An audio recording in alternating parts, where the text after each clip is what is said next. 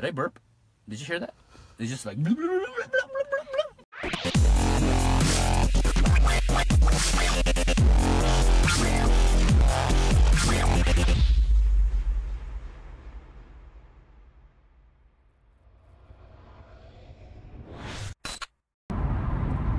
Hey, what's going on, guys? Jeff COGA here. I want to talk about how I learned to sell before I turned 20. I am not a natural salesperson. I am not born to sell, and I have never liked selling. I did like making money, okay, but I felt uncomfortable selling. I'm an introvert by heart, so even though I do these live streams and things like that, right, it's a learned skill, it's a learned trait, versus other people might be a lot more extroverted and may like doing this, and it just comes supernatural to them. I realized, and this came from a gentleman named Andrew Sanchez. It was a much older guy in the insurance and sales business, and he was teaching me a lot of things, as well as a guy named David Montiago, and those two guys kind of taught me the ropes. And a lot of the issues I had, I talked about this before, which was my age, right? So I had an internal belief system where I said, okay, what right do I have as an 18-year-old kid to tell someone in their 30s, their 40s, or 50s about certain things, like, you know, hey, your homeowner's insurance, hey, your life insurance, hey, your car insurance, hey, put money away for retirement, doing, you know, IRA, doing rollovers, right? Like, what right did I have, right? Even like banking products, and that's continuously I had that issue.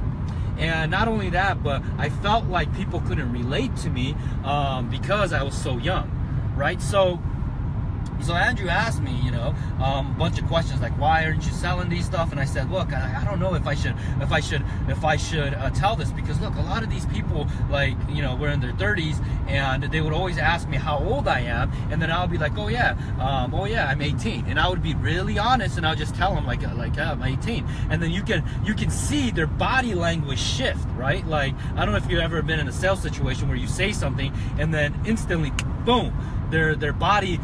But the body just shifts, right? Meaning, like, they were interested in what you're saying because they're leaning in, and suddenly you say something and then they cross their arms, right? Like a defensive mode. So I started noticing these things because they're training me to pay attention to a lot of this stuff, right? And to a point where our office that we were in was structured in a way to be really, really passive. Right, like for example, right, like the table that we did where clients came in, right, we didn't have any sharp edges. We would have a round corner, like the end would be round. And I didn't know about this, but I asked the question, why is that? Because I thought that was weird, right? Because I wanted, like, to have more space, because if it's like round, you lose that little extra corner where you can put stuff, right? So it was round. And they said, well, because if it's sharp, then it comes off being way too professional. Right, so things like that, right? So, and then Andrew started talking to me about other things. Like, for example, I asked him, I said, hey man, are you married? He was like, no. And then I was just like, so you're engaged? And he was like, no. And I realized that he was wearing a ring, right? And he was young at that time. I think he was like, when I met him, he was like 10 years older, so I think he was like 28. I was like 18 or something. And that's when he told me the story on he had the same issue, and to get around that with his age, he would actually wear a ring. So when someone always asked him, how old are you, then he would ask the question, how old do you think I am? And then the person will respond back in their mind what they want that person to be, the age, right? And then he would say, yeah, that's close enough, and then he would pivot to the actual topic at hand, or to talk about what they were talking about earlier, right? So that was the first thing I implemented. So I got a ring, right? And I would start wearing it. And at that time, I would still, obviously, you know, I'm wearing suits, I'm wearing a tie, okay? But the challenge I still had was, I was like, man, are people gonna believe this crap? And because I'm Asian, so even though I'm wearing a suit, I still look super young, like baby face, you know, like, hey, you know, the face is all smooth like a baby's bottom, right? So, so I always had this issue about like how old I am. So I still remember to this day, you know, the first lady came in, right? It was like a Korean lady, and she looked really young for her age, and I was shocked when she showed me her business, and her name was like, I want to say, I think it was like Sul Young Kim or something like that, Sul Young Kim, I think, yeah, and it said like she was like 42 on there, but I kid you not, she really looked like she was like in her mid-20s, right? And then she asked me with her heavy accent, she was like, how old are you? You know, or like that. That's probably a terrible way of saying it. And I said, how old do you think I am? And then she was like, and then she was just like, oh, 32. And then I was just like, close enough, you know? And then I pivoted and just kept on going. And that was the most smoothest closing ever. And surprise, surprise, I don't know what it was, but one, it gave me more confidence. And then she sent in a lot of referrals. And guess what? A lot of the referrals that she sent in were much younger Korean ladies, right? So I don't know what it was, you know, because I was wearing a ring or something like that. So I don't know if it had any impact on the sales, but one thing for certain is I felt more confident, okay? And then I remember telling that to Andrew later on, and because I went to go see him at his office. At that time, his office was in Wilshire, mid Wilshire, and I went there and I went to go see him. And here's another thing that I noticed, right? Because this is when you start noticing, and you don't realize that when you're young, right? A lot of times that you're so oblivious to a lot of stuff that's going on, like from advertisement, from what people are doing to you, until you get older and you start like observing, right? So I didn't realize, like, you know, it's like my second time at his office. I didn't realize the first time I went there that he had picture frames. Right, so the second time I went, I became more observant, and I saw picture frames, and I was like, dude, is that your son? And he was like, no, that's not my son. And I was just like, who is that? And it was just like, who do you think that is? He's like, well, I thought it was your son. And he's all like, no, it was just a picture frame. Andrew started explaining to me about the picture frames that he would have. So depending on who he knew that was coming into his office for an appointment, he would change the picture frames that was behind him. Right, so imagine the table is around, right? No sharp corners, right? Okay, so it's more passive, and then you would have picture frames behind him, and these picture frames he would change, right? From having kids behind there to having older people behind it, right? And I was just like, and he would pull it out of his office and he would show it to me. Right, and he would be like, "Hey, check this out," and it would be like, and it was like an older couple in there. It literally looked like one of those frames that he just bought at like the store and he just never took it out. You know, that's what it looked like. And it was like older one. I was like, "What is this for?" He's all like, "Well, if I know that I'm meeting someone that's older than 50, I'm gonna put this one up." You know, and I was just like, "Why?" And then he would say, "Well, because it shows and implies that I have respect for older people." And I was like, okay.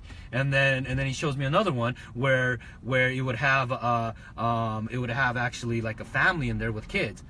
And I was just like, what do you mean? So don't they ever ask you like who these people are? And I say, yeah. And he says, okay, so how do you respond? And then he says, I do the same thing, like my age. He says, who do you think they are? And they'll say it, and I'll be like, yeah, close enough. And then he said he would pivot. And then to me, at first, when I hear these type of stuff, right, then you start getting these little internal conflicts. Like, you're just like, oh my gosh, I feel like a sleazy salesperson. Oh, you know, oh my gosh, oh my goodness, right? And that's when his boss, right, came in, because I told him about this. His name is Gregory. And he came in and he told me he was a Korean guy too. And he said, has your parents ever lied to you? He asked me that question. And I was just like, never thought about it, but I'm sure they have. And he said, yeah. And so when you're in the position that we're in as professionals, and we have a fiduciary responsibility to our clients, then there are certain things that, one, by legally you cannot lie to them about. But there's also other things that you need to make sure that it does not become an objection from you to actually give them to give them the right products and services that they're going to need. And that's kind of what the first level of selling that I learned was to control the environment and control where you're at, so that way, one, you eliminate certain objections. Right? Like, for example, like if you're not dressed for success and you're selling like certain financial products, right, then there's an issue. Okay, now not to say that you know, like on the internet space, right, there's tons of people who flashes money and try to act like, you know, they try to fake the funk like they know it, but sooner or later people are going to find out, you know, real quickly if you're the real deal and you know your stuff or you don't know your stuff, right? But at least if people have a certain image of certain what they think that it's supposed to be, it's a lot easier. right? Like, for example, I've had this conversation with my friends about this, right? Like, a lot of the streams that I do, I'm dressed nonchalant, like a lot, like I'm in flip-flops and shorts, and I've had this conversation, says, hey, if I want to impact and get more impact in the internet space, then should I dress apart so that way I stick out? Because a lot of the trend right now on the internet is people going super casual, right? Versus being more professional and wearing kind of like your business suit, right? Like, you know, I went through a trend where that's all I wore every single day, right? A suit, a tie, and everything else, right? So, so I've thought about that. I was like, should I do that or not? Should I stick with myself? Right? So, and then here's another one that I've learned. A lot has to do with pre-framing and controlling, and it comes from NLP, right? So the next tip I have is how you answer your phone. How you answer your phone, right? Because it's no different than, again, if you're doing face-to-face sales, you start learning to mirror people's body language, right? And mirroring people's language patterns. So if they say the word feel, you have to say the word feel. You can't say the word I think, because if you're saying I think and they're a feeler, then you just collide. So if they say, well, I feel like this is not the right time for me, then you have to ask the question, well, what do you feel is will be the right time for you? When will you feel the right time for you, right? Versus like, I think, right? I think it's not the right time. When do you think it will be the right time, right? You ask the question. So again, these things come in play, but it's a little bit harder for body language, right? Like, as I said earlier, is like, if people are leaning forward, that means that you're interested. So you lean forward with them. If people tilt their head, you tilt your head a little bit too, right? They shift their body to one direction. You shift your body to one direction too. Now, I'm not saying make it so obvious where it just looks like ridiculous, okay? Because people who know like they're doing that, like myself, right? I'll sometimes mess with people and I'll do like weird body language, okay? And then sometimes subconsciously that throws me off, okay? But those are some of the things that I learned before I turned 20. And another huge one was, like I said, is the video scenario.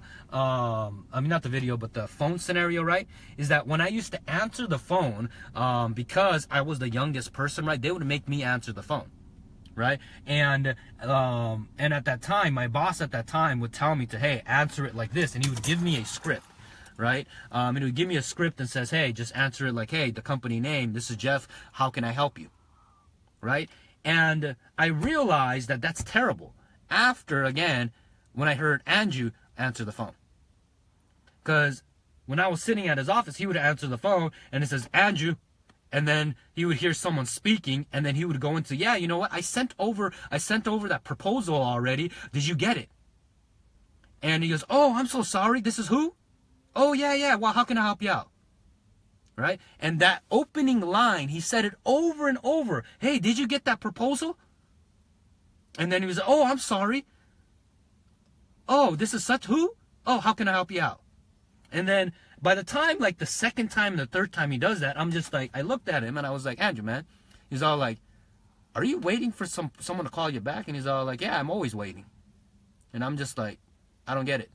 And then he was just like, yeah, because if I answer this like everyone else answers it and says, how can I help you out? He's all like, I'm an order taker.